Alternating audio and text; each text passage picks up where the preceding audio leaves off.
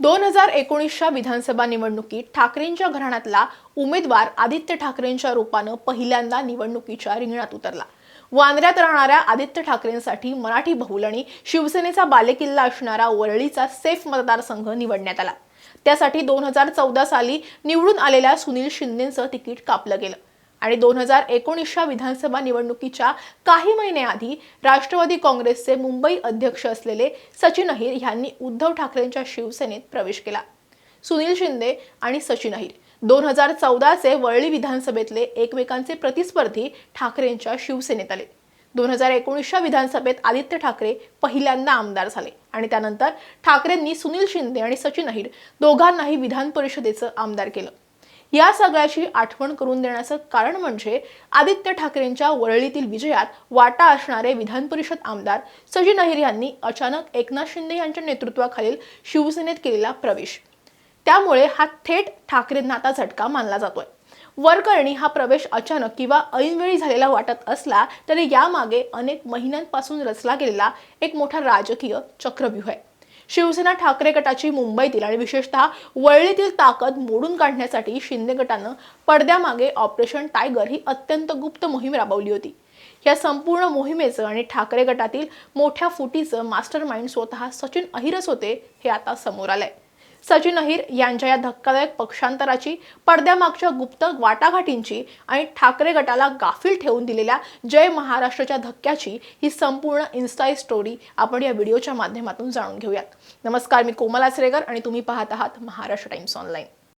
2019 मध्ये उद्धव ठाकरेंच्या नेतृत्वात महाविकास आघाडीचं सरकार आलं। मात्र एकनाथ शिंदेंनी 2022 मध्ये 40 आमदारांसह बंड केलं। एकनाथ शिंदे यांनी जेव्हा शिवसेनेत बंड केलं तेव्हापासूनच त्यांचं मुख्य उद्दिष्ट होतं ठाकरे गटाचं अस्तित्व संपवणं। आता एकनाथ शिंदे यांनी थेट आदित्य ठाकरेंना टार्गेट केलंय। महानगरपालिकेत मुंबई काबीज करण्याचा प्रयत्न काहीसा सफल झाला, पण 65 नगरसेवक निवडून आणण्यामध्ये ठाकरेंना यश आलं। आता शिंदेंनी आदित्य ठाकरेंनाच आव्हान निर्माण केलंय।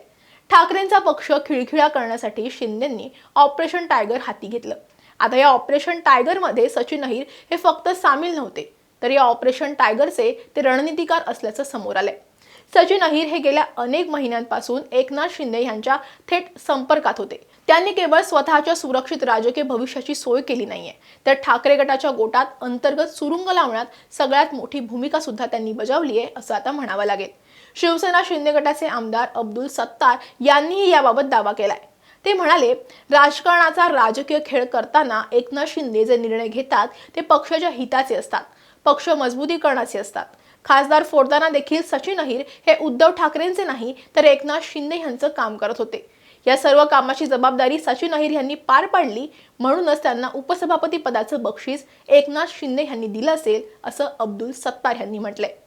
सचिन अहिर यांच्या याच छुप्या रणनीतीचं सगळ्यात मोठं उदाहरण म्हणजे ईशान्य मुंबई लोकसभा मतदारसंघाचे खासदार संजय दिना पाटील यांचा शिंदे गटातला प्रवेश। पाटील आणि अहिर यांच्या जुनी वैयक्तिक आणि राजकीय मैत्री आहे। संजय दिना पाटील यांना ठाकरे गटातून बाहेर काढून शिंदे यांच्या शिवसेनेत आणण्यात सचिन अहिर यांची पडद्यामागून अत्यंत महत्त्वाची सूत्र हलवली आहेत असं सांगितलं जातंय। ठाकरे गटाला याची पुसटशी कल्पना सुद्धा नव्हती की त्यांच्याच पक्षात राहून एक नेता ऑपरेशन टायगर यशस्वी करत होता। सचिन अहिर यांनी जेव्हा शिंदे गटात जाण्याची तयारी दर्शवली तेव्हा त्यांनी कोणत्याही अटीशिवाय शरणागती पत्करलेली नव्हती।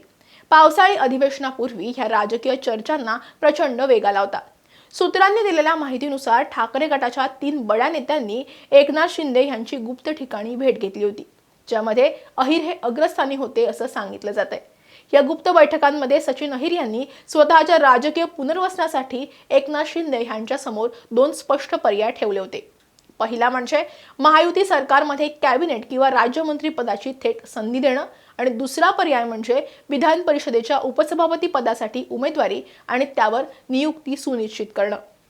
एकनाथ शिंदे यांनी अहिर यांचं राजकीय वजन आणि मुंबईतलं संघटन कौशल्य लक्षात घेऊन त्यांच्या या अटींवर गांभीर्यानं विचार सुरू केला होता। अहिर यांच्या बंडाचा फायनल ड्राफ्ट हा शुक्रवारी 26 जून रोजी मुंबईत लिहिला गेला। सचिन अहिर यांनी एकनाथ शिंदे यांची त्यांच्या नंदनवन या शासकीय निवासस्थानी बंद दाराआड खासगी भेट घेतली। या बैठकीत त्यांनी आपल्या मागण्यांचा पुनरुच्चार केला। त्यानंतर पुढच्याच दिवशी म्हणजे शनिवार 27 जून रोजी एकनाथ शिंदे यांनी अहिर यांना विधान परिषदेच्या उपसभापती पदासाठीच्या महायुतीकडून संपूर्ण पाठिंबा देण्याचं अधिकृत आश्वासन दिलं. उपसभापती पद हे मिळाल्यानंतर अहिर यांच्यावर पक्षांतर बंदी कायदा लागू होणार नाहीये हे स्पष्ट होतं. त्यामुळे या आश्वासनासह सचिन अहिर यांच्या पक्षांतरावर अंतिम शिक्कामोर्तब करण्यात आलं. या संपूर्ण घडामोडीचं जर टायमिंग बघितलं तर ते अत्यंत अचूक होतं. शनिवारी 27 जून रोजी एकीकडे उद्धव ठाकरे हे फुटीर खासदारांच्या मतदारसंघात दौरे करण्यासाठी मुंबई बाहेर पडले होते, तर नेमके त्याच वेळी मुंबईत त्यांचे सुपुत्र आदित्य ठाकरे यांच्या वरळी मतदारसंघाच्या राजकीय पायाला सुरुंग लावण्याची अंतिम बैठक नंदनवन येथे पार पडली होती. उपसभापती पदाच्या निवडणुकीची अधिकृत घोषणा झाल्यानंतर मंगळवारी एकनाथ शिंदे आणि देवेंद्र फडणवीस यांच्या उपस्थितीत सचिन अहिर यांनी महायुतीचे उमेदवार म्हणून आपला अर्जही दाखल केला. या संपूर्ण ऑपरेशन टायगरचं सगळ्यात मोठं वैशिष्ट्य म्हणजे सचिन अहिर यांनी ठेवलेली कमालीची गुप्तता. ठाकरे गटाचे सर्वोच्च नेते आणि त्यांचे रणनीतिकार ह्या संपूर्ण प्रकरणाबाबत अखेरच्या क्षणापर्यंत पूर्णपणे गाफील राहिले. सचिन अहिर हे दररोज पक्षांच्या बैठकांना उपस्थित राहत होते, मातोश्रीवर जात होते आणि आदित्य ठाकरे यांच्यासोबत वरळीतही कार्यक्रमाचं नियोजन करत होते. त्यामुळे आपल्या अत्यंत विश्वासू नेत्यांपैकी एक असलेला माणूस पक्षाला सोडण्याच्या तयारीत आहे याचा संशय घेण्यासही ठाकरे गटाला वाव मिळाला नाही. सचिन अहिर यांनी शेवटच्या मिनिटापर्यंत आपल्या हालचाली इतक्या गोपनीय ठेवल्या होत्या की महायुतीकडून उमेदवारी अर्ज भरेपर्यंत मातोश्रीला या धक्क्याची तीव्रता सुद्धा कळाली नव्हती. मंगळवारी सकाळी जेव्हा सचिन अहिर हे एकनाथ शिंदे यांच्यासोबत उपसभापती पदासाठी विधान भवनात अर्ज भरण्यासाठी पोहोचले होते, त्याआधी त्यांनी नेत्यांशी असलेले सर्व संबंध हे अधिकृतपणे तोडले होते. अहिर यांनी आदित्य ठाकरे यांना मोबाईलवर एक शेवटचा वैयक्तिक मेसेज पाठवला. या मेसेजमध्ये त्यांनी लिहिलं होतं की मी निवडणुकीला उभा राहणार नाही. जय महाराष्ट्र. हा मेसेज स्क्रीनवर वाचेपर्यंत आदित्य ठाकरे यांना अहिर बंड करणार ह्याची साधी कल्पना सुद्धा नव्हती. आपल्या निर्णयाची कुणालाही कुणकुण लागणार नाही याची खबरदारी सचिन अहिर यांनी घेतली होती असंच म्हणावं लागेल. मंगळवारी सकाळी 11 वाजेपर्यंत ते शिवसेना ठाकरे गटाच्या आमदारांसोबत होते. मात्र सकाळी 11:30च्या दरम्यान त्यांनी अंबादास दानवे यांना मोबाईलवर इंग्रजीत मेसेज पाठवला. त्यात त्यांनी आपल्या निर्णयाची माहिती त्यांना दिली. दानवे यांनी अहिर यांचा संदेश माध्यमांना सुद्धा वाचून दाखवला होता. हा मेसेज पाठवल्यानंतर अवघ्या काही वेळातच सचिन अहिर हे शिंदे आणि फडणवीस यांच्यासोबत आपला खांद्याला खांदा लावून महायुतीचे उमेदवार म्हणून अर्ज भरताना दिसले. त्यामुळे ठाकरे गटाला केवळ आश्चर्याचा धक्काच दिला नाही तर राजकीयदृष्ट्या पूर्णपणे त्यांनी निरुत्तर केलं.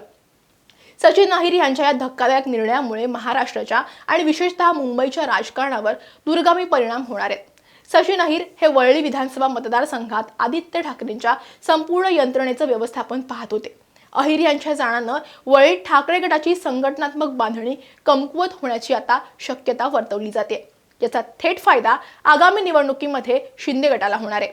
उपसभापती पद मिळवून सचिन अहिर यांनी आपले राजकीय स्थान तर पक्क केलंच आहे, पण त्याच्यासोबतच विधान परिषदेत महायुतीची संख्यात्मक ताकद आणि वचक वाढवण्यास सुद्धा एकनाथ शिंदे यांना यश आले.